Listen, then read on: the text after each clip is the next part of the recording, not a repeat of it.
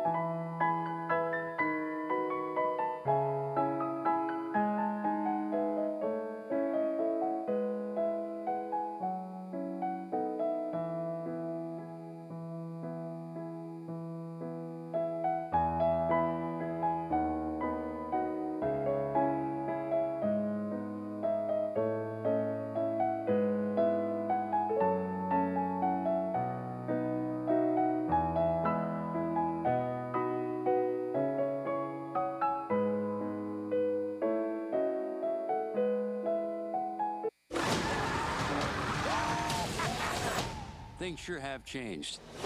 Not everyone believes it, but the bad guys went good. And we cannot wait for society to welcome us with open arms. Aren't you a notorious criminal? Yes. No. Maybe.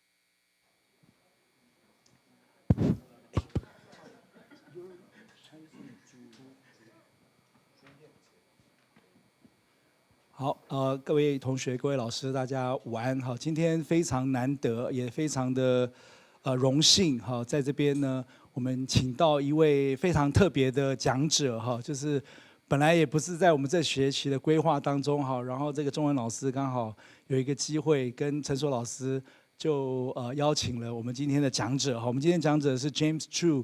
他目前在哥伦比亚 University 的社会系担任这个助理教授的职位。他从2020年到2021年呢，在 Stanford 做个1年的 postdoc 之后，就转到哥伦比亚去任教。到目前才任教4年而已。他的 publication 呢，已经equivalent to distinguished professor 的 level 了哈。我一直很想这辈子呢有机会可以 publish 在一个美国的期刊，可能大家不太知道叫PNAS， 就是 Proceeding of National Science Academy 哈。它等同于社会科学的 Science 跟 Nature 哈。那我想说，我这辈子这个最后的最高的成就，可能就是在那边登一篇。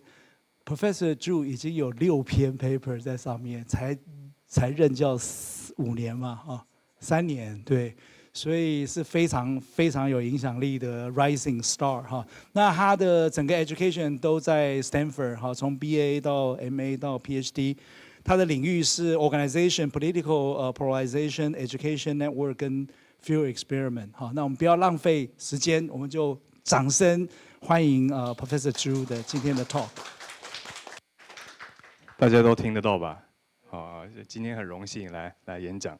我用英文讲，因为这里面很多专有名词，然后我基本上都就完全用英文来讲，大家 OK 吧？好 OK 好。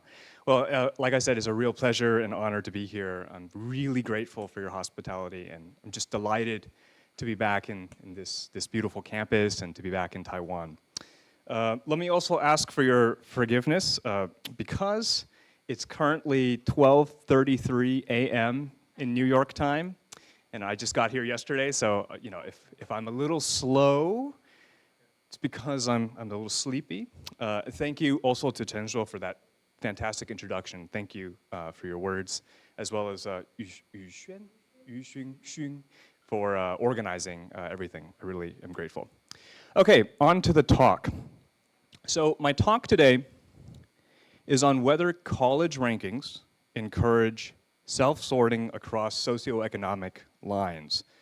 And basically, what I hope you're going to walk away from this room are some new ideas about the inferences or interpretations that people draw from college rankings, and how those inferences, the way they interpret a college ranking, might differ between different socioeconomic status background, people from different socioeconomic status backgrounds.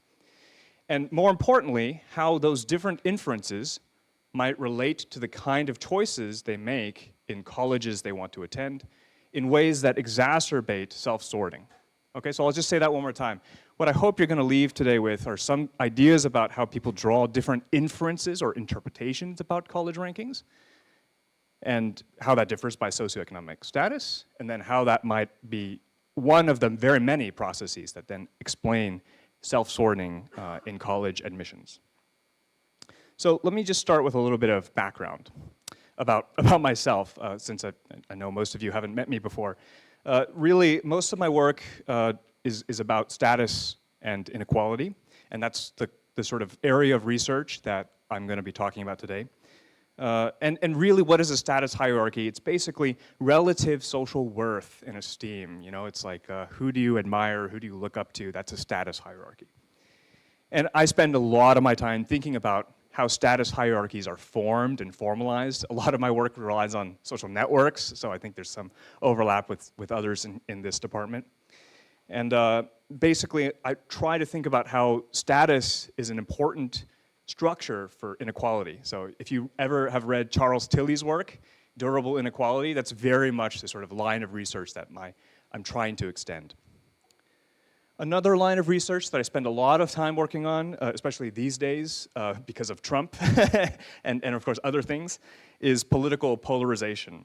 And I'm happy to talk more about this at another time, but I spend a lot of these PNAS pieces that you just mentioned are basically how do we reduce political polarization, destructive forms of political polarization in different types of democratic countries. You know, we have lots of conflict here in Taiwan as well, but I would say it's a little bit more of a productive kind of conflict in Taiwan. Whereas in the United States, well, I know, maybe not, okay, but in the United States, I think we've definitely moved into a world of very toxic sort of animosity. And so my second line of research is about how to reduce that kind of conflict. And then third, I spend maybe 20% of my time thinking about organizational control. So basically, how do leaders manage to control workers to do what they want or want them to do in terms of the organizational goals. This is a picture of me doing some ethnographic fieldwork. You know, like 中国大陆有那个农民工子弟学校. Yeah, so this is me at one of these migrant schools where I was doing a study basically about how the principal is socializing the teachers to really give a lot of their time and effort. And this is one of my favorite projects, and I'm not talking about it today, which I regret because I like the project a lot, but happy to talk about this more with anyone if you're interested in what I found. Okay, so on to today, which is really about status, hierarchy, and inequality. Is this loud enough? Okay, great. So let me just set some background for you. To me, one of the most remarkable developments over the past 3 decades, and I'm sure all of you have seen this too, is how judgments of social worth or status have become quantified and publicized. So let's give some examples. I'm sure you can all think of examples here, but in the United States, we have something called greatschools.com. In Taiwan, I'm sure we have something similar, you know, where you have these school ratings, you know, 什么等级, okay, so you could just go onto this website and you'll get all of these quantified metrics about what's the best school. Where can I find the best 牛肉面, you know, in Taipei, you know, okay, so I might go to different types of rating websites. Google has them, of course, but in America, there's a lot of, we sort of have been using Yelp, and you'll get a ranking of the best sort of restaurants, okay? Or here's another example. I'm sure some of you have seen this. Newsweek has best world hospitals, by the way. Taiwanese hospitals, I think, have been ranking very well on this. And as you'll see down here, the data are collected from an organization called Statista. It basically just hoovers up all of this data and turns it into a numeric rank about the status of these kinds of hospitals. So to be clear, status has always been with us, right? Like we've always, you know, kings and queens, we've always had sort of status hierarchies from long, long ago. What's different in the past 3 decades is how those are becoming quantified and publicized through these algorithms that then translate those kinds of processes, informal or formal, into these really numeric and public metrics. So I just want to zoom out a bit. Some of you may have read this book, but if you haven't, I highly recommend it. It's a really interesting recent book by Marianne Foucault and Kieran Healy. It's called The Ordinal Society, and I don't want to get too much into detail for the sake of time, but I just want to read this quote for you, and I'll read it slowly. So the quote is, "The fulcrum of the ordinal society is the idea of coordination by ranking and matching, where rank is derived from objective measurement." Basically what they're saying is that over the past 3 decades, we're seeing a rise of coordination by ranking and matching.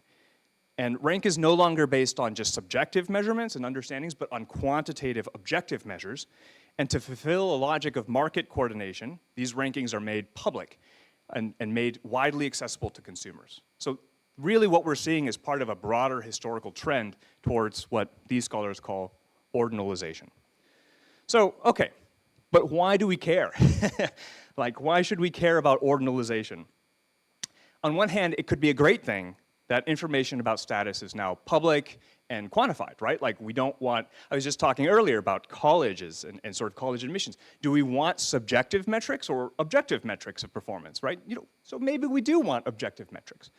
But a big concern that people have been having in this literature is that ordinalization can hurt people. And it can hurt people in some really interesting ways. Oscar Gandy Jr., also a classic book, wrote that the panoptic sort victimizes because it decontextualizes. I'm not going to read this whole thing for the sake of time. Basically, what this quote is saying is that the problem with quantification is that it doesn't do so equitably. I'll say that again. The problem with quantification is it doesn't do so equitably. It's always going to miss something. Status is divorced from circumstance. It's missing something about the specific conditions of an individual or organization. And as a result, its light is going to shine at different levels and wavelengths for different types of people and organizations. And why is this a problem? This is a problem. There's lots of research on this, because that kind of asymmetry creates inequalities, that poor people might be evaluated more harshly on their credit scores in ways that might be perceived as unfair. Ruha Benjamin in the United States talks a lot about race. Race is a big problem in the United States. I'm sure you all are familiar. And there's a paper called The New Jim Code that Ruha Benjamin wrote about how algorithms sort of reproduce these sort of institutionalized biases. Okay, just to repeat that in a visual form so you can sort of understand where I'm coming from, there's a sort of incompleteness problem in an algorithm.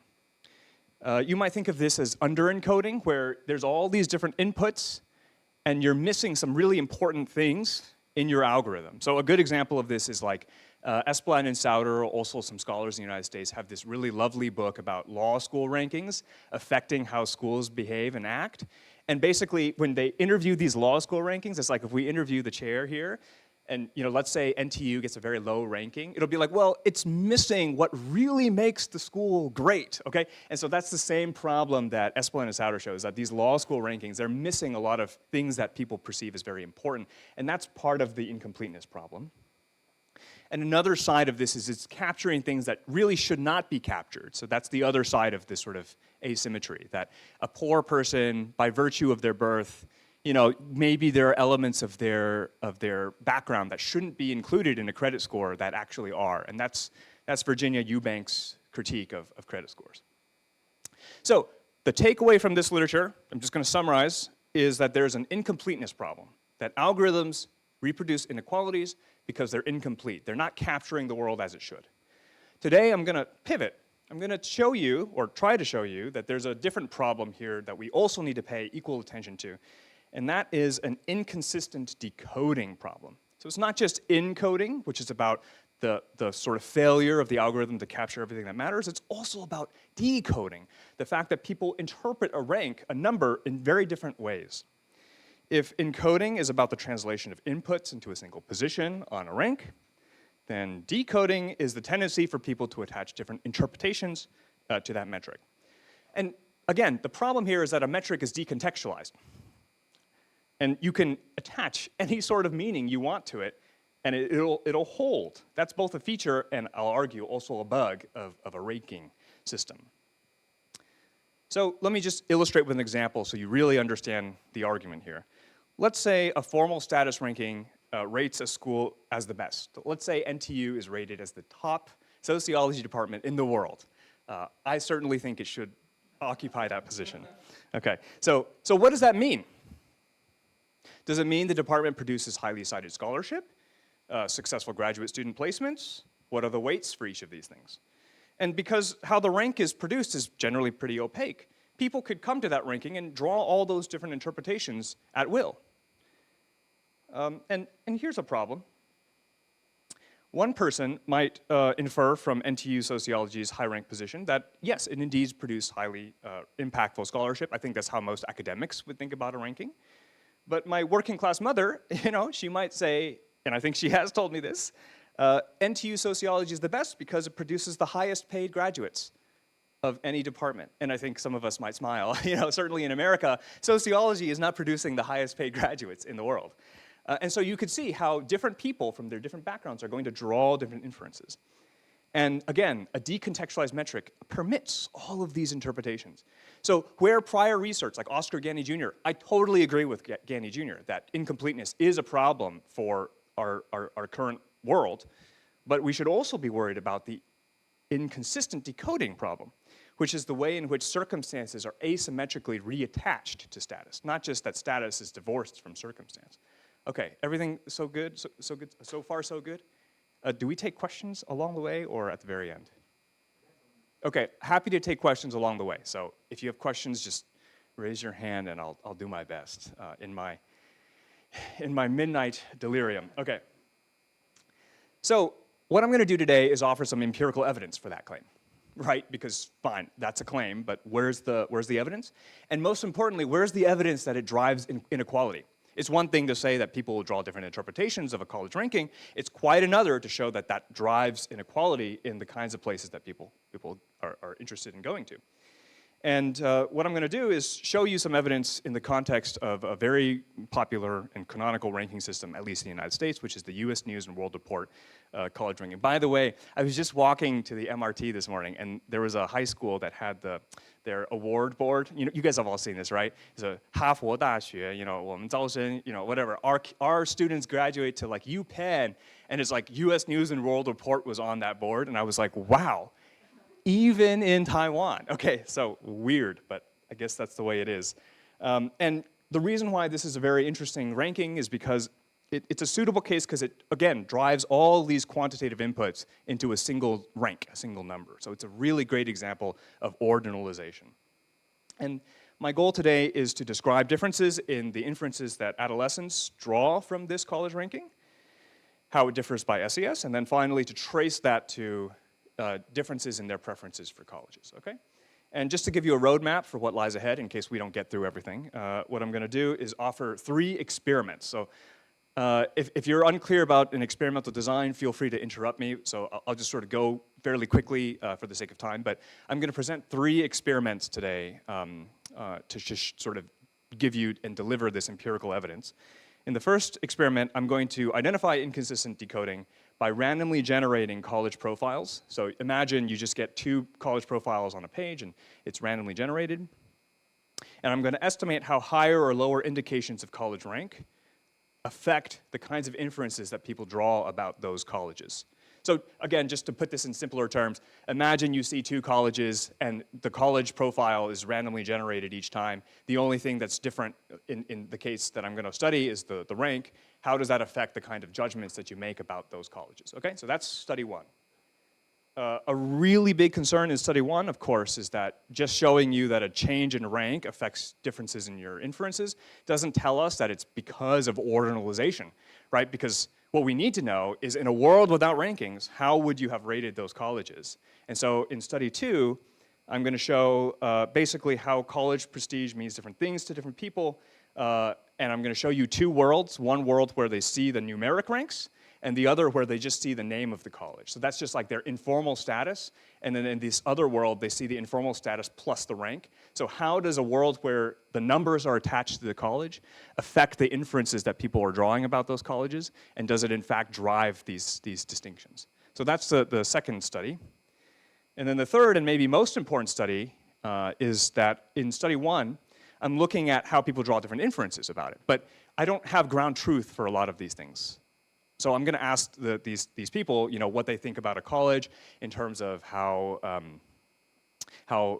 you know, welcoming it is or how exclusive it is. But you know, I don't have ground truth for that. And in study 3, I'm going to study something that I do have ground truth for, and that's the cost of the net price of the college. And what I'm going to do in study 3 is show you some evidence that adolescents from lower socioeconomic status backgrounds actually interpret from the ranking that it's a higher, stronger signal for a college cost than upper class students, when in fact in the United States the opposite is true.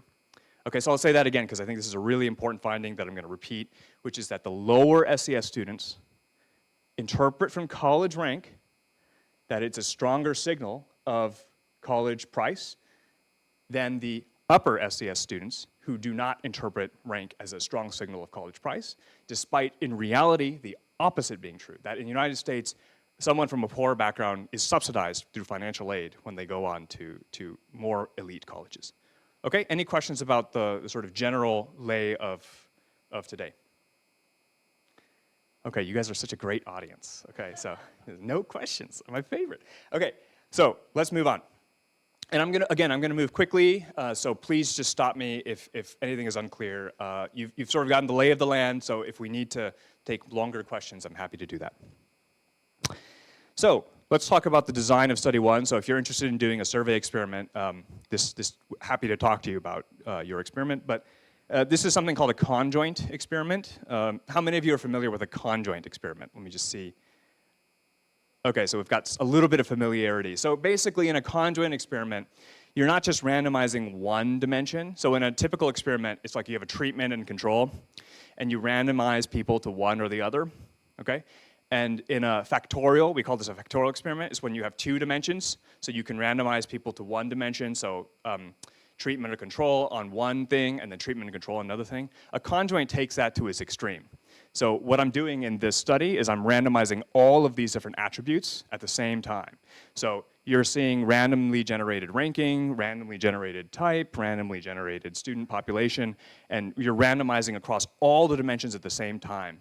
And there's a really lovely feature when you randomize all these different attributes at the same time, which is you can study the mean or average effect of any one dimension without worrying about it being confounded by these other things because you randomize across all of them.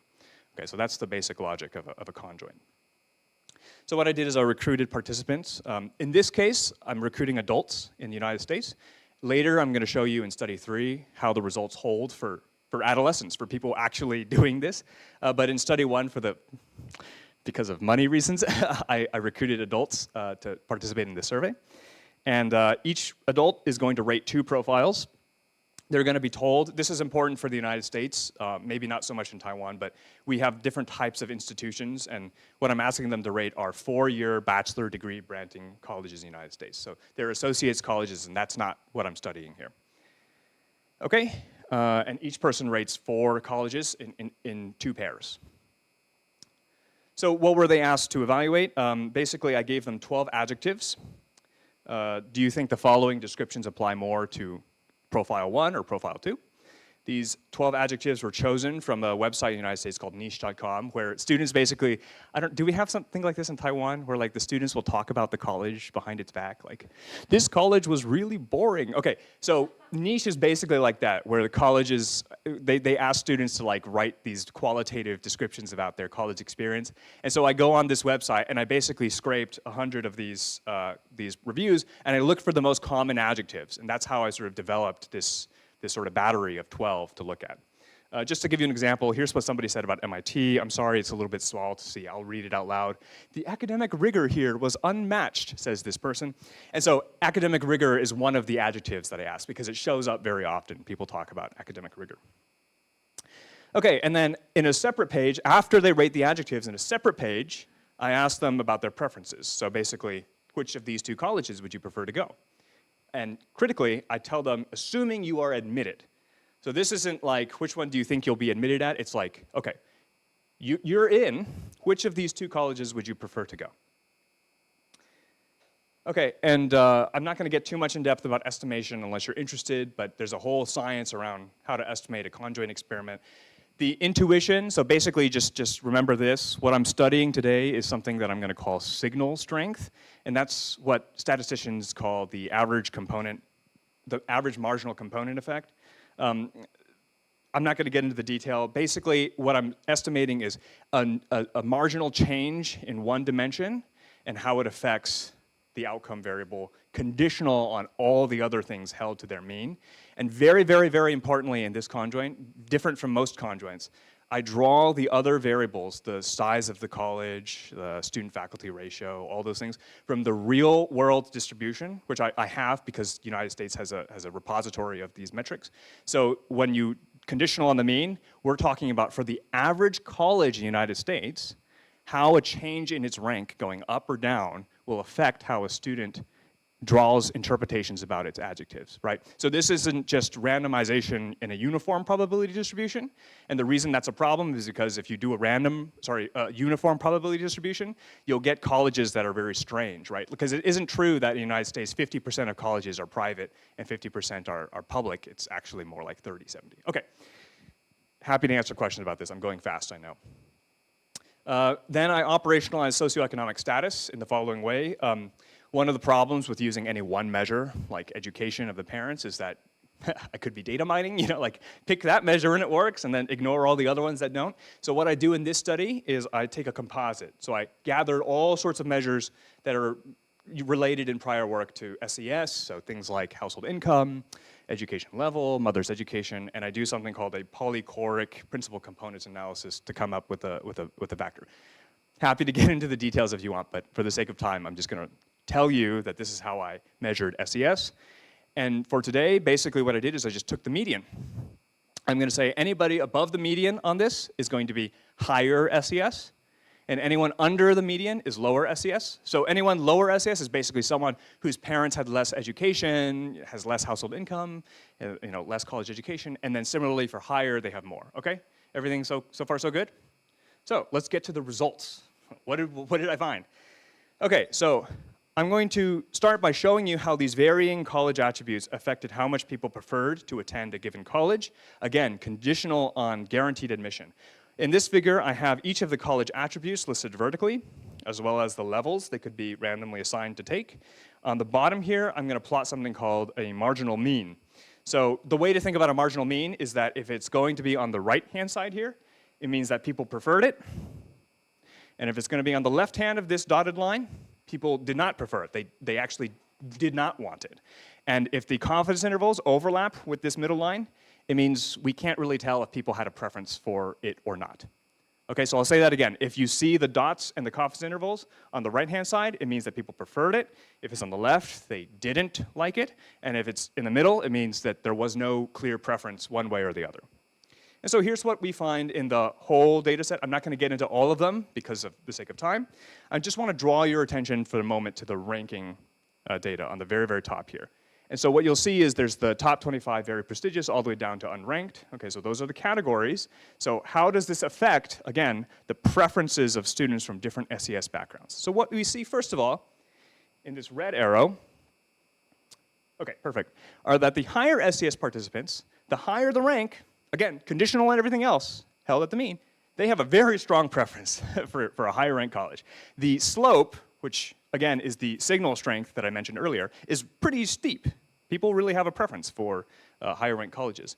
And as you'll see here, for lower SES participants, it's like, okay, so it's like all good, though, whether it's a high ranked or a low ranked, it doesn't really matter to these lower SES participants. And so I'm going to summarize the slopes of those two arrows in this following diagram, along with the 95% confidence intervals. And basically what that graph shows you is that there's a 12.5 percentage points, those from higher SES backgrounds are 12.5 percentage points more likely to prefer a higher ranked college than not. And by contrast, those from lower SES backgrounds, there's no preference. It overlaps with 0, okay? And this difference is huge in substantive terms. 12.5 percentage points is 6 times larger in terms of preference. So basically, the takeaway here is that higher SES participants have a much stronger preference for college rank. Okay, so I haven't really shown you, though, difference in inferences, right? I just showed you now that there's a difference in preference. Now I'm going to show you evidence that the reason for these differences in preferences is linked to the differences in inferences that they drew about these colleges. So again, I'm going to show you the signal strength of rank for various adjectives. And again, if the confidence intervals overlap with 0, it means that the signal strength of that adjective is 0. A positive signal strength means that people associated rank with that adjective more, and again, lower means less. Okay, so I'm going to run through to the results. Okay, here we go. So the first result is that I find rank is a stronger signal for academic rigor, the MIT guy, to those from higher SES backgrounds. And this difference is statistically significant and the largest difference across all 12 adjectives. Both groups, I want to be clear, see rank, an increase in rank is associated with more academic rigor, but it's much stronger for upper SES participants than lower SES participants. Second is interpretations of beneficial social connections. On an aside, which I'm happy to get into in the Q&A, there were some really interesting racial differences. And Asian Americans are the most likely to perceive that college rank is associated with beneficial social connections. And Asian students are actually, they don't see rank as signaling academic rigor, which I think is kind of interesting. Okay, that's a different story for a different paper, but let's focus back on SES.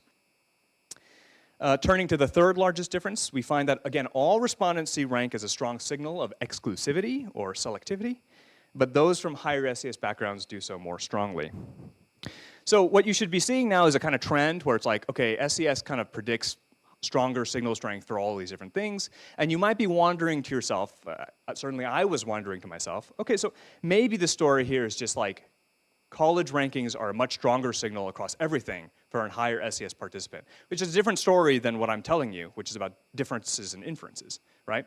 And another story you might be thinking about is how it's just sort of, if you want something, you'll convince yourself that it's desirable. So if you really want high rank, preferences are what drives inference rather than inferences driving preferences. So that's another sort of story you could be telling. And I think the evidence are not consistent with either of those stories for the following reasons. First of all, higher SES participants see higher rank colleges more stressful.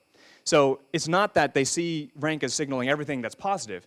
They often perceive it as more stressful, and as you'll see, they don't find differences across every single adjective.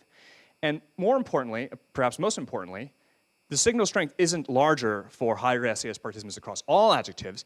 There's one huge exception, and that's whether they perceive the college as welcoming to students like them. And so lower SES participants take rank as a much, much stronger signal for the lack of welcoming, so it's negative, of a college relative to an upper SES participant. Importantly, there's a bunch of other adjectives where I didn't find differences, so I don't want to oversell these results. It's not like inconsistent decoding on everything, inconsistent decoding on some dimensions. And we could get into this in Q&A if you'd like, but basically what I find are no differences across things like whether the college campus is physically safe, although rank seems to positively predict that, interesting.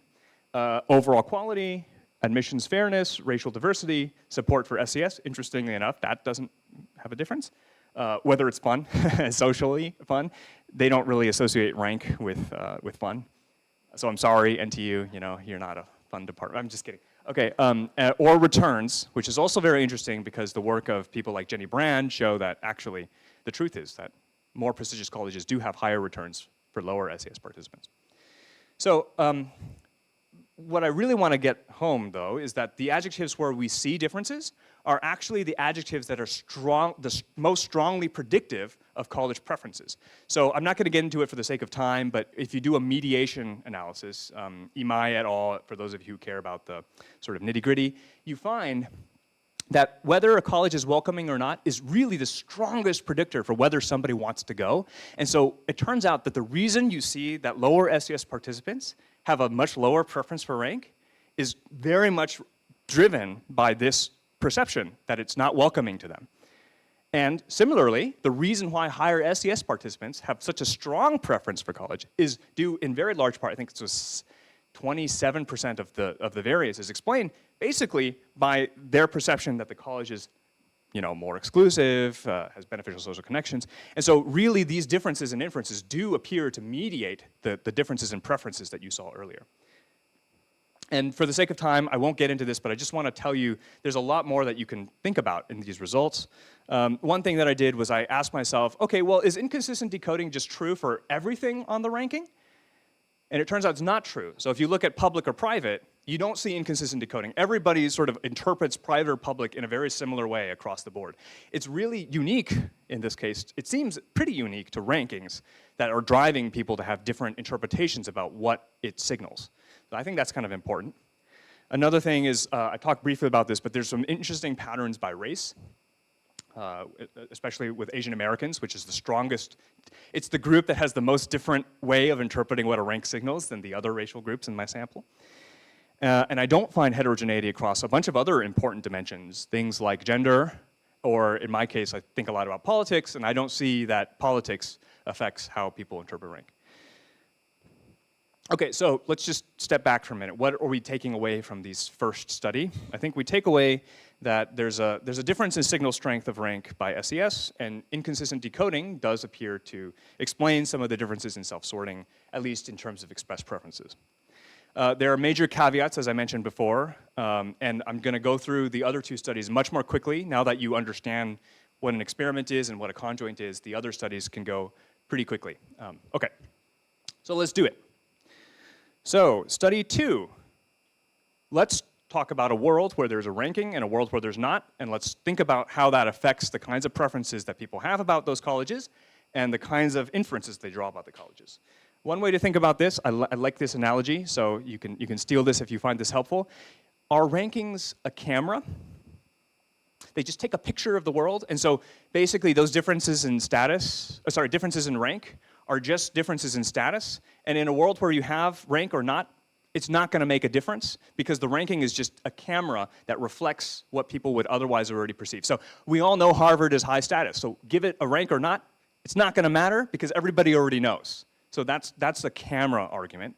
Or it could be a car or an engine, where putting a number on something actually changes the way people interpret it and actually drives differences in interpretation. And in a nutshell, I ran an experiment where I gave people colleges and their names and I randomized to a world where they saw the numbers and a world where they didn't. Happy to get into the details here, but I'm going to jump through this for the sake of time, and this as well. And basically what I find is, what I'm going to plot for you is on the y-axis are the odds of preference. So how much more do you prefer a college in a world where there's ranking or not, okay? So basically, that's on the x-axis, and sorry, on the y-axis, it's how much you prefer higher rank, okay? And so a camera argument would be whether or not you give numbers on the colleges is not gonna change between these two conditions, right? Because everything you know about the college is already captured in its name, and the number doesn't do anything. An engine story would be something like this, where the higher SES participants will have higher preference and the lower SES will have lower preference. And we should see this for all the different sort of attributes around inferences about exclusivity or about welcoming, as we saw before. And here's the results. It's really interesting. It's driven primarily by the upper SES participants, where if you're the upper SES participants, when exposed to a world with rankings, they're the ones who actually have a much stronger preference for rank. Okay, and then for the lower SES participants, there's a slight decline, but it's not statistically significant. And if you use something called Bayes factors, you don't find that it's strong evidence in support of the null. Okay, so basically, again, just to repeat that, the upper SES participants, when you put them in a world where there's numbers on the colleges, they have a much stronger preference for rank. And the lower SES participants, it doesn't really matter to them. And what's really important about these results, I'm not going to show for the sake of time, is you can repeat these for all the other attributes. Like, okay, so what about perceptions not of preference, but about academic rigor, or about welcomingness, or about, and you see the same pattern as before, and it's what drives this result. In other words, differential interpretation of these rankings really does appear to be driving these kinds of inequalities and preferences. It's not just an artifact or a camera that's reflecting a world. It really does appear to be a driver. And we can get into why. I think there's a really, really interesting sort of set of discussions to be had about that. Okay, and then really, really quickly, let's talk about experiment 3, because I want to get to Q&A. So in the studies before, a lot of them were adults, and one concern that I always had is adults aren't kids, you know, and so kids have very, very different ways of thinking about the world, and we really need to be studying adolescents if we want to take seriously any conclusions about college applications. So in this study, I repeat the exact same design as study 1. It's a conjoint. So a teenager is going to see these two college profiles. It's going to be randomly assigned in terms of attributes. But what's really important here is I'm not going to just ask them about adjectives. I'm going to ask them about how much they think they're going to get from that college in financial aid. And I'm going to ask them how much they think that college is going to cost in terms of price. So I'll say that again. I'm going to ask the adolescents to tell me how much they think that college, randomly generated college profile, is going to cost and how much financially they're going to get, okay? And let me just jump forward to the results. Oh, yeah, actually, this is important. And something we do is we pre-register experiments, and I'm happy to get into it in the Q&A, but I think it is really an important practice, and I hope more people do this, where you don't just run an experiment and then figure out what's interesting and then write about it. You sort of tell the world what you expect to find, which helps to improve, I think, scientific validity. Okay, so what did I find? So if my story is correct, well, first of all, I think we should all expect this to be true, that the more the college is ranked, the more people are going to perceive it's going to be expensive. I think, in general, that should be true. But if my story is right, we ought to see something like this, that the higher SES participants won't see a very strong gradient, but the lower SES participants will see a much stronger gradient. They're going to see college rank as a stronger signal for the price of the college, yeah? And here are the results. you know, there's some overlapping confidence intervals. When you do, there's lots of models I could get into, but the basic gist of it is, in fact, yes, there is a gradient, and a much stronger gradient for lower SES participants in adolescents in terms of their inferences that they draw about college price from rank. Okay, and of course you should be asking, what about financial aid? It turns out that we do see some differences by SES as well, as you can see here. So up here on the very top, you see this little blue dot. It's statistically significant. It means that lower first-gen students perceived the most highly ranked colleges to offer more financial aid. But critically, financial aid doesn't mitigate the full difference that they perceive in price. So ultimately, and I think this is the key takeaway for study 3, is that even when conditioning for financial aid, first-gen adolescents think rank is a stronger signal for price than continuing generation adolescents, or lower SES and higher SES. In substantive terms, both groups think that prestigious colleges cost more, but adolescents whose parents did not attend college think it'll cost an additional $8,000 a year. That's a big number, $8,000 per year to buy rank. So they think the price of rank is much, much higher for a lower SES participant. A lower SES participant think that rank is a much, much more expensive thing to buy. And again, I think this is really important. In reality, the opposite is true. So if you use something called NCES data, this is like a national repository of college prices, you'll find that the gradient is actually the opposite. That the more expensive the college, that the higher the status of the college, the more expensive it is for the higher SES participants, and the gradient for lower SES participants is flat. So really, their perceptions are completely wrong in some level. They're perceiving that rank is a signal of having to pay more, when in reality, it's the opposite. Rank is a signal of paying about the same altogether. And it's the higher SES participants who are also getting it wrong. They're thinking that it's not gonna matter very much in terms of how much they pay, but actually, in reality, they'll be paying a lot more. Okay. So I'm going to run through and just summarize these 3 studies, and then let's get into Q&A, because I think that's sort of much more fun. Okay, so I think there are a couple takeaways here. The first is, I think there is some evidence for inconsistent decoding in terms of these adjectives. It's not complete evidence. You know, it's not like they're drawing divergent. You know, some people think it is, and some people think it isn't. Everyone sort of thinks it signals academic rigor, but SES does matter in terms of how strongly you perceive it to be. Okay, so that's the first thing. The second thing is that in study 2, you find that actually it's the addition of that number does actually do something. It's not just a camera that's reflecting status hierarchies in the world. It's an engine that's sort of exacerbating the kind of self-sorting that we worry about. And the third is that their interpretations are wrong. So one of the, when I was submitting this paper for a workshop, one of the participants asked, well, but you know, adolescents are totally right to think that colleges are less welcoming for lower SES participants, right? Like if you read Anthony Jack's work, it's totally right that a lower SES participant is going to experience maybe a little bit less welcomingness in an elite college. But in terms of cost, which we have ground truth, unfortunately, it doesn't look like inconsistent decoding is generating accurate forecasts for all things. In terms of price, the one thing that we do have ground truth for, they're getting it wrong. So I'm not going to get into all of this stuff because it's pretty America-centric, and I don't want to bore you. But I just want to say this, and I want to close with this point because I think it's really, really important. So first of all, number one, those of you who study education stratification, I think there's some of you that I just met earlier who are doing this. Clearly, rankings is just a very, very small part of the whole process. Like, clearly, the big driver of inequality in college is like parental, background, is like investments in students' education from a young age, is access to 补习班, Okay, so we know that those are really, really big inputs. But I think college rankings are important for, of course, because they drive these different preferences, but primarily because of the kind of symbolic nature that it has. Okay, and let me explain this because I think this is really, really important and is general not just to college rankings but to a lot of things about our ordinal society. So if you open up college rankings, this is what they say. Why does U.S. News & World Report rank colleges and universities? It is a controversial question with a simple answer, they say. U.S. News does it to help you make one of the most important decisions of your life. Okay, notice what's happening here. U.S. News the selling point is that they're helping consumers make informed choices for, I quote, the most important decision of your life. Unlike rankings of people, like credit scores, these are rankings for people. They're supposed to empower people. And I get that rankings, they draw on many objective metrics. They could be helpful in many ways in terms of equalizing information access. But what my work is suggesting is we have to be careful.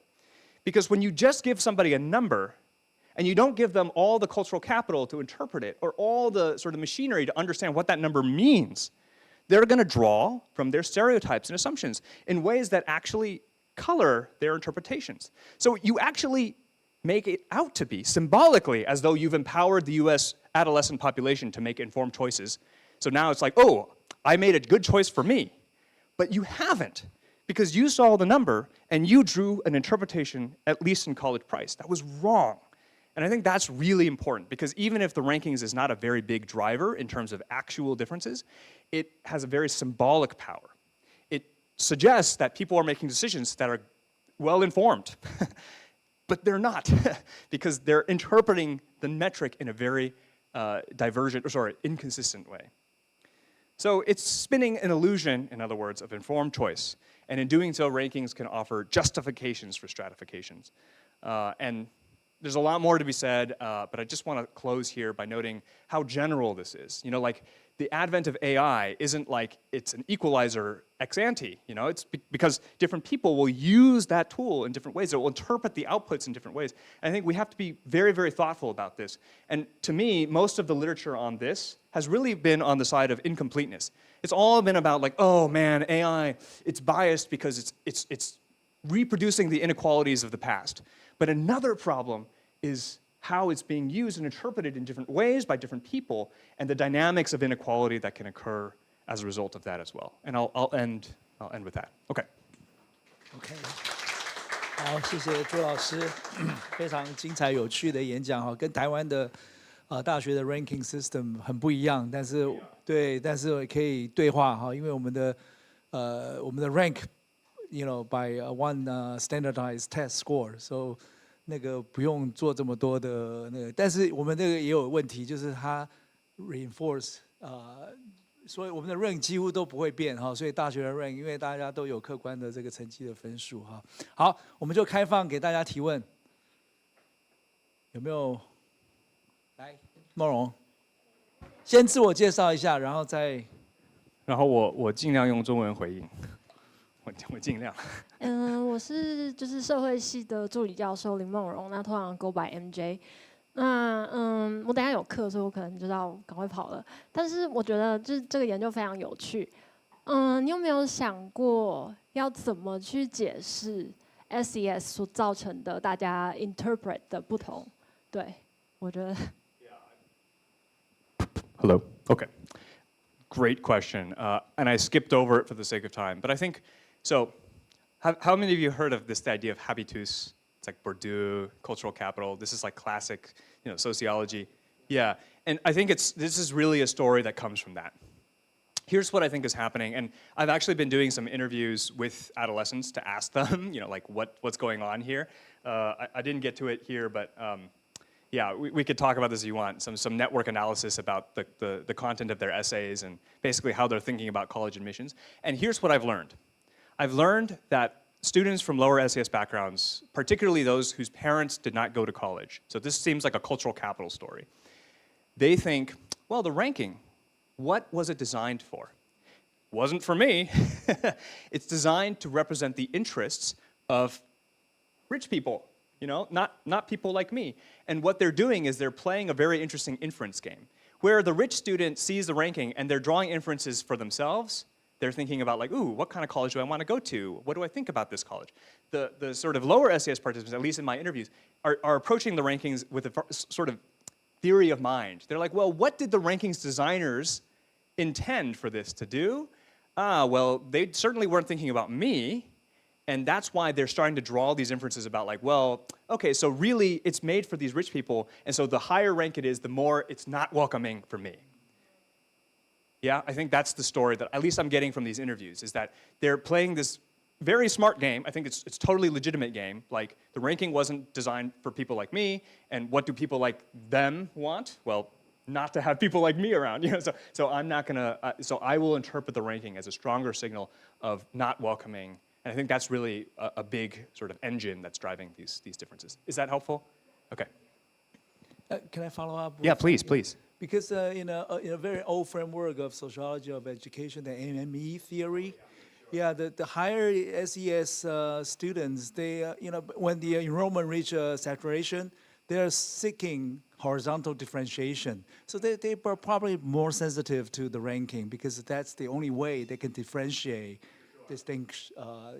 Maybe that's a driving force for the upper, tail. Yeah, I think that story, I thought about this too, like Raftery, and there's all of this really wonderful literature about, maximally maintained inequality or effectively maintained inequality. I don't know how many of you know of this. Basically, as you said, as an education system expands, the higher SES participants will look for more and more ways to distinguish themselves horizontally. I think the problem here is it doesn't explain inconsistent decoding of the ranking. It explains the average effect that a higher SES participant cares more about rank. But what I'm showing here is that that's not, it's also being mediated by the different inferences that they draw from the ranking. And it's not clear to me why effectively maintained inequality would predict that they take the same number and interpret it differently. Does that make sense? Yeah. Yeah. Okay. So I think it's part of the puzzle, but it doesn't explain the particular results here. It explains a different result, which is that on average, I think this is true, higher SES participants care more about rankings, like, I think that we know. Yeah. Okay, other questions? And don't be shy if the methods are unclear as well. I'm happy to get into any of that. Yeah. So thanks, James. Wonderful presentation. So I'm an assistant professor of sociology. My name is Chen Shuo-Hong. I have one question and one maybe a comment about research design. Yeah. So my question is, it depends on the sample size you have, but have you ever take a look at the combination of the attribute, for example, the white man, white woman, Yes. Lower, and higher SES plus race, and see if there's any difference. Sure. So that's my first question. Can I answer that first? And Sure, then I'll get to the comment? sure. Yeah. So absolutely. One of the dangers, of course, is as you start slicing data a lot, you can start finding things, and then you're not sure if it's a false positive or when your sample size gets small. But yeah, I've definitely looked at intersectionality. In the United States, a lot of people talk about intersectionality. It's not just race. It's not just gender. It's the intersection of race and gender. That it's not just being Asian. It's being an Asian woman that really matters for predicting certain types of behaviors and attitudes. Okay, and it might be true here that it's not that just SES affects different interpretations. It's like a lower SES Black participant sees rankings very differently than, okay, and so we do see differences by, again, SES and Asian or not, which I think is really interesting, that like Asian Americans are, first of all, very attentive to rankings. That might not be surprising, but the way that Asian Americans draw inferences from the rankings is also very, very different from the other racial groups. And it's also very different by SES within the Asian category. And then you can also subdivide to Asian, because Asian is not one thing, for sure, right? Like Taiwanese in America is a very different experience than Vietnamese, than Filipina, okay. And so when you subdivide, you also will start to see differences. A lot of them end up being not statistically significant, because now we're talking about a sample size of like 50 or 60 people. But there's a lot there, and one thing that I've been thinking about here is to design a study with a much, much larger sample size and just focus in on the intersectionality question, because I definitely think there are patterns there, for sure. So thank you for that. Great. And my second is about comments about research design. So I'm quite curious about if that matters if we think about the source of the ranking. So it looks like you took, for example, US News. So it's a very institutional-based ranking. But when we think about which one is better, we also take our friends or our reference group might also matter when we think about take an inference from the ranking. So I'm just curious about if that would be also an interesting research design. For sure. Yeah. So I think your comment really is, we need to be careful in interpreting these results, because first of all, it's about the marginal component effect. It's about the marginal effect of one type of ranking. And there are, first of all, multiple types of rankings you could draw on. And second, rankings are just one data source among very, very many. It's not like these kids only make decisions about college from a ranking. You know, they're basing it on their conversation with parents, on their conversation with friends, they're looking around to their peers. Okay, so I just want to be clear. Yeah, absolutely. The inputs to a college choice are very, very complex. This is one of them, and the experiment allows us to see that one thread clearly, but I don't want us to assume that that's the only thing that's driving it. Now I want to make two comments here. The first comment is that think about what we already know about class and access to information. The reason for rankings, at least US News and World Report says, is because it's going to help with that problem. That lower SES participants just have much less information to work with than higher SES participants, and so the ranking should help to equalize that kind of information asymmetry. And unfortunately, to the extent that inconsistent decoding is happening, that's not true. But second of all, it means that there's a sort of unfortunate synergy between these two. Because the higher SES participants, if they get it wrong from the rankings, they have lots of other sources of information to correct that. Whereas the lower SES participant, if they get the ranking and they make the wrong inference, how many sources of alternative information are they going to get in their life to correct that? Hopefully some, but the chances are lower. And I think that's a big problem here. That the dynamic that you're observing, that there's actually lots of sources of information, also is exacerbating the kind of problem here because there's already an asymmetry in baseline access to information. I'll leave it at that. Yeah. 还有哦，好多。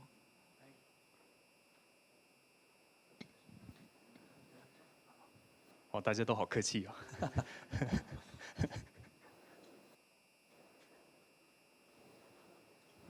Yeah, so I think it's quite interesting, and then I'm wondering like how much we can interpret it as like a maybe suboptimal choice, or whether maybe this is just a rational good choice for them, because based on what kind of jobs they could go, the ranking doesn't really pay much, right? So then the reflection of like how much they think about it, how much rank costs for them is like their willingness to pay for rank.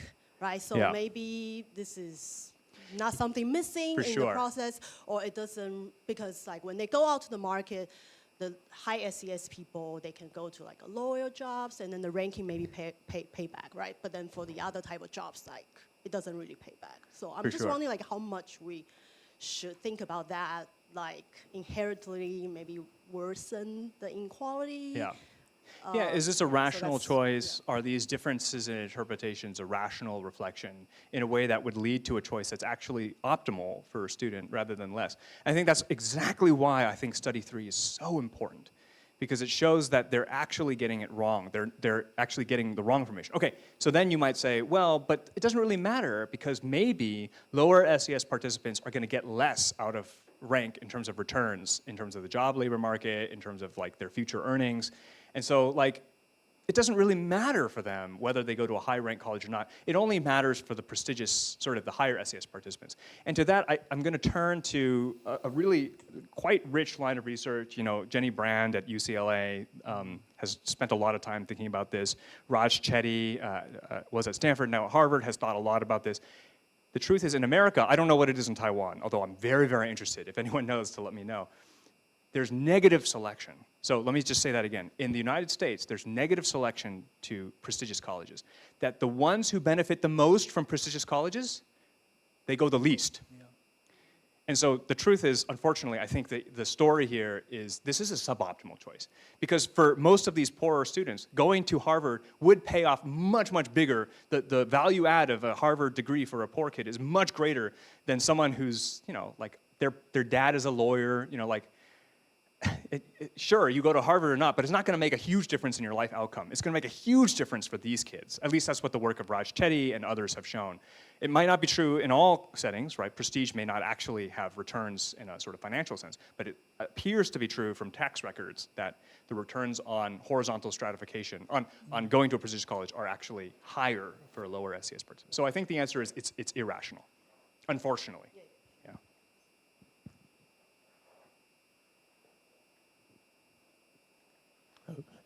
用中文问可以吗？可以，当然。我也是都行了。我是台大政治系的硕士生，我叫雷坤山。我想问老师刚刚说有一个 SES composite， right? You're taking different factors to 是的 create a single factor of SES. Because to me, you're taking to consider the respondents' education, their parents' education, their jobs, their salary, but can they really be combined into a single factor? 是的 That's a great question. I love this question. So the reason I do it this way first is because it's a way of tying the researcher's hands. So you're doing something that allows you to just, I'm taking the median. I'm not choosing cutoffs randomly to find a result that's interesting. But you're absolutely right. And here's something that I think is really, really cool. If you break this down and you ask yourself, which of these factors is the one that really is driving the results? Is it the parental education? Is it household income? Is it occupation? Like which one of these is it? For the adults, it's their college education, number one, whether they went to college or not. And second, whether their mother went to college or not. Father, interestingly enough, is much less predictive. It's explaining much less of the variance. Much less of the inconsistent decoding, I want to be clear. And so it turns out that, yes, you can decompose this and think about each of the factors and their contributions separately, and you could run separate regressions instead of 全部把它集合在一个。你可以就是分单个的去给它做分析。你可以说它的 income 高低对它这些 college ranking 它有什么样的去分析的方式 ，OK？ 然后你可以说它的 education level 我们去分不同的阶层，然后去看，然后最后发现的就是他自己的 education level 是 the most important predictor。再来就是他母亲的，然后再来就是他父亲的教育程度，是最主要的。The income is not as important. So what I think that's telling us, or this is how I'm thinking through this is a cultural capital story. Again, it's like how much sort of knowledge you have about the game of college admissions, whether or not you've done it yourself, in which case you have more information, or whether or not your parents have done it, in which case you also have more sort of background and information to make sense of the college ranking. That's my answer. Is that helpful? Yeah. 你要补充吗？ Follow up 可以啊。因为我们在 Study One 前面的那个 respondents 都是长成人，他们其实已经经过大学教育，没错。对，所以有没有可能？但是我们又在这个 experiment 问他说，你希望去 College A or College B，but they already made that choice。但是你可以问他，你想，如果你看这两个，你会比较偏好哪一个 ？You're absolutely right, and I think that's why Study 3 is so important, because it's not really the best sample, because the choices. We call this a post hoc choice, right? They've already made choices about whether to go to college or not and what kind of college to go to. And now I'm asking them a hypothetical, 假设性的, right? And I agree with you. That's why Study 3 is so important. Yeah. Now you might say, as some people have, like, okay, well then, does that completely negate the reason to do Study 1? And to that, I would say no. Because by getting a public sample, a general sample, what I'm really trying to capture here are stereotypes, or like basic understandings about how to interpret a ranking. And I think using an adult sample is a perfectly meaningful way to sort of get at that level of analysis. But you do need a Study 3 to really nail down the mechanisms and how this is affecting important choices. 神父。嗨，然后很精彩的演讲，我是台大社会所王胜福，然后今年秋天要去 NYU 读 PhD 这样，那社会学，然后恭喜恭喜。有两个问题，就是第一个问题就是老师怎么决定，就是在你的 conjoint experiment 哪些 feature 是就要被 randomize 在你那个 college profile， 然后第二个不是问题，比较是意见，就是说老师有没有想过在做一些实验，就是去看可 run 那些关于 course of attendance 的 information， 然后看他们会不会去就是 result 什么不同这样子。Oh, I love that. Okay, so to number one, the way I chose this is I'm basically trying to give them the kind of information that they would have on hand when they see the ranking. So when you open up US News and World Report, they don't just give you the ranking, they give you other sources of information. So I'm trying to reproduce kind of like what happened. Because if I just gave them a number, without the other attributes, it would be like, like it's not realistic, it doesn't make any sense. And so I'm basically just giving them all the attributes that they would normally have if they opened up, if they 去网页 and they go find it, they'll see that kind of basic information that they would have to make the choice. So that's how I decided on those attributes, was based on like, how would somebody, when they use these rankings, would actually engage in the task, and what kinds of information would be there on the page when they're making the task of using the rankings. Because if I didn't have those, then it would be very, very hard to know what is actually changing in the setting. So that's what I'm doing that for. Okay, your second question I love. Okay, so I don't know if you are familiar with Caroline Hawksby and Sarah Turner. Okay, yes, no, maybe. So, okay, this is a great study. So what they did was they got a sample of high schoolers in the United States, and they sent out letters to these students. And they basically said, like, okay, well, guess what? You have a very, very high likelihood of getting financial aid. Basically just told them that actually corrected the misconception. And it turns out that that made a difference, that increased the likelihood of these students applying to and then ultimately attending these colleges. So I think that's absolutely right. That part of what needs to happen here, of course, is more information about college admissions and much better counseling. Like, it's really incredible to me that in the United States we have such high and important returns to college education, and we have such a poorly haphazard method of doing advising for students. The information is patchwork. And I think that really points to a big intervention here is just giving kids much better information about cost is going to do a lot more good than trying to use a sort of disembodied status metric that is going to be interpreted in very, very sort of divergent ways. So I think you're absolutely right, that does matter, yeah. My question follows that. Thanks again, James, for the wonderful talk. I'm John Liu here, associate professor in the department. So I was going to ask about the information, whether that's only an informational problem, but now you already gave parts of the answer. I want to connect that, the decoding process with the encoding process. Is it possible? Yeah. I think in the politics of ranking, it's very likely that they don't want to rank who gives the largest number of financial aid to black students, right? So is it, that's not usually go into the ranking, right? And so connecting the decoding process to the encoding, it's not like we need more information. It's kind of built into the politics of ranking that those things are excluded just because to kind of maintain the hierarchy. Thank you. Yeah, okay, so I'm gonna make two observations. I love that question. So first of all, which basically is like, well, maybe the encoding process is a part of the reason for why there's inconsistent decoding. And I think I mentioned this earlier, that I think that it definitely is part of the puzzle, part of the story here, that a poor student in America is not stupid. You know, like they're like, well, this ranking is the way it is because there's lots of political pressures for it to be that way. Yeah, it's for rich people, it's not for me. And I think that's, so clearly the fact that the encoding process is, one might say, biased in favor of particular people's interests is one of the reasons, I think, that there is inconsistent decoding. So you're absolutely right that these two processes, as with most sociology, things are not separate. Everything is sort of relational. So I think that's absolutely right. And I'll just leave it at that, yeah. Although there's a second, okay, we're not gonna get into that. Yeah, okay. I'm an MA student in this department. I'm Louis, and I was just a little bit confused about the preference and the inference. Yeah. The relationship between these two concepts in your theory. Like, do you mean that like the ranking is, they will justify the ranking because of these adjectives, or what the relationship between these concepts? And how do you do that, or like operate it into your conjoint analysis? Great, perfect. Okay, so the story that I'm trying, or think I've discovered evidence for, is that we know, so on the outcome side, that there are different preferences for ranks. That upper SES participants prefer higher ranked colleges 6 times more than students who are from lower SES backgrounds, or people from higher SES backgrounds. Okay, so the question now becomes why?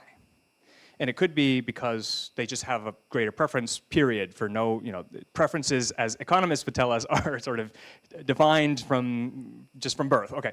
Or it could be because those preferences are being affected by the inferences that they're drawing about a college. So for instance, if you thought NTU was a beautiful campus, that might affect your preference to go. If you thought NTU had the best professors in the world, and of course that's true, okay, then that would make you more likely to come, right? And so inferences would drive preferences. And one of the points that I made midway through the talk was these two things are often, you might think they're causally, and the inferences lead to preferences, like, I see a beautiful car. I think it's really cool. Okay, then I really want to have that car. But sometimes preferences can come first. You're like, I really want that car. So now I'm going to tell myself a story about why that car is so great to convince myself that it's a good car. And what I was trying to show through some of the results is that story doesn't seem to hold complete truth, because it isn't, if that were true, what we ought to see is that the higher SES participants, they just, on everything that's positive, they ought to be much stronger, right? And that's not true. And I think really the story is much more about they have different glasses, that they're seeing the ranking and interpreting different things because of the stereotypes and the habitus that they've come to inhabit, and they're drawing different interpretations. And when you do something called mediation analysis, which I'm happy to get into, there's different ways of doing it, there's different assumptions, but basically the results show that, yes, in fact, the causal mediation pathway does find some pretty strong support, that it does seem like it's inferences that are driving differences in preferences rather than vice versa. Is that helpful? Yeah.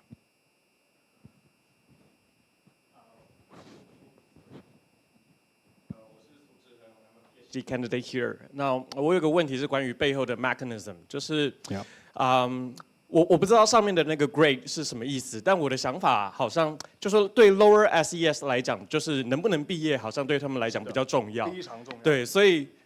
对，所以好像这个故事就会变成是说，他只要一个大学门槛，所以 ranking 对他来讲可能代表的是更大的竞争，他更不可能毕业，所以他倾向低估。但对 higher SES 来讲，可能毕业是基本盘，所以对他们来讲，他们要读就要读最好的。是的。那我不确定。Yeah. So that's why you have to have that as part of the conjoint, because you're controlling for that. So we're basically saying holding constant the perceived graduation rate of the college to its real world mean in the United States, how does ranking then affect your preferences? So 它把它控制住了。So I think your story is right. That 如果我没有把这个放进去的话，我们可以去想，或许这个故事是他认为这个门槛会比较高，然后呢，他就不愿意去这个学校，所以这个 ranking 呢，它其实机制是他的 interpretation 是 graduation rate 导致他。这也是一个很有趣的故事，就是它的 differential inference about ranking is because of the graduation rate, but here 它是控制住的，因为它已经是在 experiment 里面是被随机分配的。So that's, in other words, your story is a good one and it's a plausible one, but it's one that's held constant in this experiment. So so first of all, it can't be the one explaining the results, but of course, it also means that I can't tell you if your story is right or not with this data. Okay, hi. I am Xingen. I am a graduate of this department, also a current PhD student at University of Michigan. Congrats. So, thank you. It's a cool department. Yeah. So I guess I have a question about what's your take on sort of efforts to correct the inconsistent decoding, because US News not only has like the general college rankings, they also have best value schools, best performance schools, best these schools are meant to sort of address this problem. I would think that it would correct some, but not all, because it's still produced by the same kind of ranking practices that people have these stereotypes around. I think the story that I'm trying to tell here is there's something very different between a number and a story. Okay, those of you who do qualitative research like kind of know this, right? Like a number, the problem with a number is you have to know how to interpret it. You have to have a mechanism to decode it for it to be useful to you. And we all do this, right? Like clearly a number on a page doesn't mean anything until you have a dollar sign next to it, and then all of a sudden you know what that means.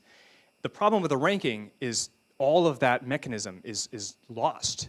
It's in fact deliberately in some cases obscured. And so will giving more of these numbers help? I can't tell you for sure because I don't have an experiment where I randomly assign people to have more and more access to more and more rankings. But I think the inconsistent decoding problem would not be solved by just giving people more and more numbers, because each of them would require, like, what does best value mean? Same problem. What does best whatever mean? It's really hard to know. And I think that's why, to me, that's not a winning solution. So what is a winning solution? Well, obviously, it's not going to happen, but the winning solution would be to give kids in the United States equitable access to actual college counseling that helps them to understand what their college options are, and based on their specific circumstances, help them to understand what all those colleges are and make an actually informed choice. It's not going to happen, because because the United States is the way it is. Okay, sorry, not to put too fine a point on it. Sorry, go for it. This is a great policy implication. From time to time, we invite students who got admitted to elite university in the United States and come back to tell our students it's not that difficult to apply for the elite college. Right. I heard that American elite college university also do the same thing. They send back their students from lower SES background to their community and tell their, you should come to Columbia, right? Yeah.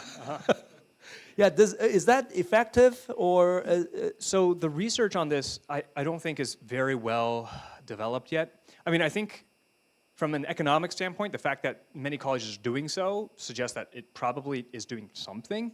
Maybe symbolically it's also helpful for a college to show that they care about the poor people in rural areas. So like Columbia, for instance, has a program 专门就是把美国农村的小朋友，他可以带到哥伦比亚住好像1-2个晚上，然后呢，就是给他很多资讯，就说哦，你应该来申请哥大 ，OK。但是现在好像没有太 ，maybe you know, maybe other people know. I don't think there's any clear research on the effectiveness of that in closing socioeconomic gaps. And another problem with those kinds of programs is they're really small scale, and they're targeting particular communities that already have the capacity to send somebody to an elite college. So you're not getting that much bang for buck. You're sort of selecting on people who are already going to be successful, which of course from the perspective of the college is what you want to do, right? Like, because at the end of the day, what does the college want? High yields. They want to admit people that are really, really good and for them to come. And so, of course, it makes sense from that perspective. From a policy standpoint, I still think something needs to be done at a sort of government level where people are actually giving maybe something like a handbook, that's uniform, that students across the United States, it's not just a number, it's a handbook, it's got narrative, it's got information, it's got cost estimates. It's got all those actually important pieces of information. I think something like that is a much better bet than wanting the colleges to solve the problem for themselves, if that makes any sense. Great. 来，主任。主任。Yeah, it's hierarchical. 是啊。社会阶级。 Thank you very much for your wonderful presentation. My question is about the application of your theoretical model. 就是美国真的是有它特别的教育系统。那你有想过这个模式在美国内部的话，是不是适用于研究所？因为 US News and World Report 也有这个研究所的 ranking。那另外一个就是其他国家的教育系统，像国贤刚刚讲的，可能我们并不是用这种 quantification， 可是现在已经有 QS 那种世界大学系统，它影响我们非常的大。然后，所以你的 model 的这个 US context， 你要怎么去解释 what are the generalizabilities? Yeah, okay. So let me talk about that. I think that's a really great point. So first of all, I want to be clear that part of what's general here is the theory, and that's a theory that of course needs to be tested empirically in different contexts, but I think is a useful theory. That when you see a quantification that's made publicly useful, we can't just be thinking about whether it's a complete representation of what it's supposed to do. We also need to think about how it's being used and decoded. I think that's a pretty general theoretical contribution. But empirically, how do these results generalize to other contexts? And I think there we have to be very cautious. So first of all, for graduate student admissions, we have to first remember that the 圈子已经很小了, right? 会上研究所的人就 there's not that many. And so the networks of information that they're already receiving are a lot more dense. And so maybe there, a ranking is going to cause much less harm because, first of all, maybe people just pay less attention to it because they get the information through their social networks. Maybe it's actually helpful because it can they can ask their advisor, well, I saw that Harvard was number 2. Does it mean that, okay, and their advisor could be like, no, that's not what it means. This is what it means. And so they can get the right lens to interpret the ranking. And so for grad school admissions, maybe college rankings is not going to be the sort of self-sorting driver, okay? In a place like Taiwan, we have to be, again, very cautious about applying something like this. What I do think is important is that in Taiwan, we have lots of ways that we love to quantify things in this country, right? Like, so we put numbers, we 排名, 哪一个珍珠奶茶店好喝? Okay, so everything is very quantified, and we'll rate them. 我们给它点赞. Okay, whatever. So that process means that there are a lot of these disembodied numbers that are floating around, and we really need to be asking ourselves. I think as a sociology discipline, what are the effects of that? How does that affect the choices that people make in terms of market choices? That's the first order question. But the second order question is, at a macro level, how does that maybe reproduce certain inequalities, or what are the macro level consequences of that change? And I think this work is inviting us to really pay attention to that. It doesn't give any definitive sort of answers, because clearly the contexts are different. But I think the theory that comes through, I think, is very, very general and is a very important invitation for that kind of work. Yeah.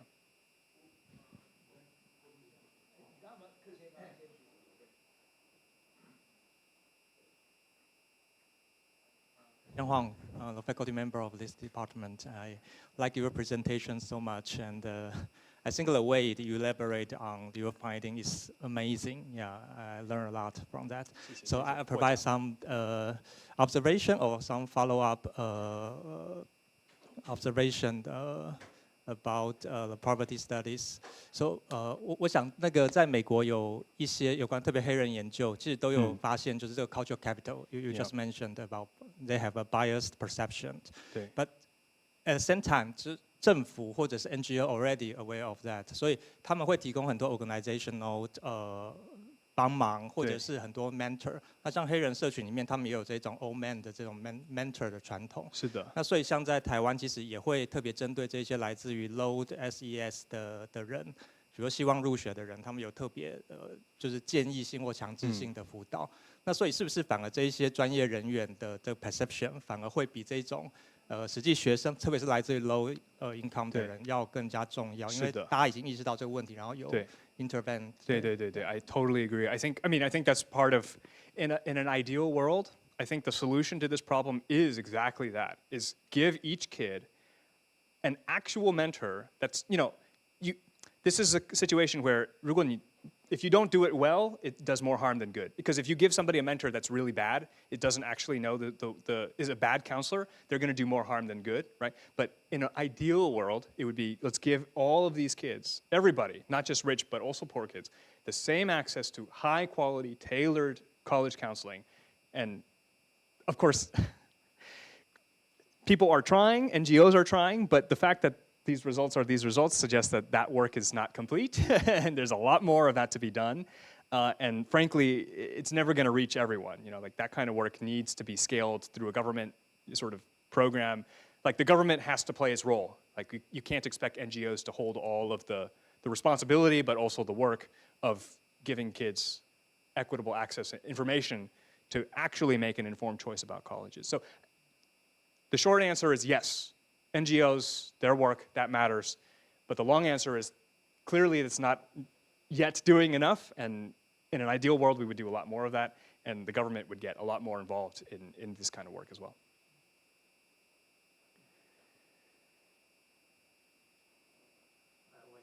那个本系的老师林国敏哈，那我想要延伸那个刚刚我们主任的问题，有关 graduate school ranking 的这个问题，但我要问的比较不是理论或研究的问题，而是比较实际的问题，也有我们有些特别是同学们可能会关心的一些问题哈。就理论上来讲啦，对，当然就是你个人的一些观察哈，在学界的这个观察，因为你研究本身是 hierarchy status 跟 ranking 的关系嘛哈，所以对于 graduate school 的 ranking 哦，尤其是 US News 对 graduate school 的 hierarchy， 它造成什么样的这个影响？我看有很多像社会系的 program， 哇，他们 US News 一公布的时候，他们就会自己会做广告等等的哈。是啊。那比如说好，那你在找 job 的时候，那个学校的 ranking 对你来找工作，这个是不是很重要？然后学校在挑人的时候，这个学生他毕业的学校的 ranking 是不是一个考虑的这个重点？那我们学生到美国去念书的时候，他也会考虑到那个 ranking 嘛哈。那你会给我们学生什么样的建议？就 ranking 是不是一个很重要要考虑的一个因素？哦，大概就是这些问题。Okay, so there's a lot of questions there. First, I want to observe, and I think this is very, very important, and I mentioned this at the beginning. Rankings are a quantification of a status hierarchy. So, 就算你把这所有的 ranking 去除了，大家还是知道哈佛它有一定的 status， 大家知道台大还是台湾的 第一名。Okay, so 就算你不公布它有一个1、2、3、4、5、6、7、8的排行榜，它还是会有这样的感觉。所以我第二个 study 才是这么重要的，因为它我想要知道它是排名造成的，还是说它排名只是把我们已经有的这些 status 的 hierarchy 把它变成一个量化。Okay, and I think the answer is in this case it does matter. I don't know in graduate school education whether it matters, because even if you remove, like I said earlier, even if you remove the numbers, I think people, advisors, all of the sort of informal sort of networks would still, you could still figure out which colleges, which departments in particular, which sociology departments in particular are going to be better places and better fits. And the other thing about grad education is there's a lot more, it's more about fit. Like you're not going to come to Columbia to study, I don't know, demography per se, because we only have like one person who does it, right? And you'll go to Michigan to study certain things, you'll go to NYU to study maybe culture or different types of, but you wouldn't go to, like just because it's top ranked doesn't mean that it's a good fit for you. And I think that's why for graduate education, it's much more about sort of informal networks and mentorship. And of course, we have to worry about that too, because we know how much informal networks are a driver of inequality. 你是农村的小孩，你到台大，你跟教授的这个 you're probably not going to build those kinds of networks that a richer kid may be more comfortable, they have the habit too. So I'm not underplaying that there's an inequality problem there too. I'm just saying the numbers and the rankings are probably going to have less of an effect on changing the nature of that competition. Okay, so that's 理论. Okay, 我们讲实际. So what advice do I have for? I think it's part of what I already said here is much of the game of academia, and I think professors in this room probably are, this is like 废话. Okay, so it's about finding a niche and a sort of like who are you as a scholar. And so you're going to go to a department where you'll get the training to develop a kind of brand and publication record where people can see your CV and sort of know who you are. And so that's not really just about finding the highest status department, although it turns out that the place where you get the best training is often higher status departments. It's also about like where are you going to get the mentorship that will actually help you to develop that kind of CV so that when you go onto the academic job market, you'll get a job. And I think that's the advice that I would give is like sure, the ranking matters, but the ranking matters only because it's capturing something about the training that you're going to receive as a student. And as a student, that's what you should be asking your advisor to tell you more about. Like, I'm interested in culture, what departments in the United States or in Taiwan should I go to that would give me that kind of training? So I think that's how advising works in our discipline, at least. Maybe in econ, it could be different because the hierarchy in econ is much, much, much more pronounced. In part because, look, okay, go to the ASA. Look at the sessions. I mean, like, oh my goodness, like, what are we? Like, we're everything, okay? And so that's part of the issue, right? It's like we don't really have one hierarchy. We have like 20.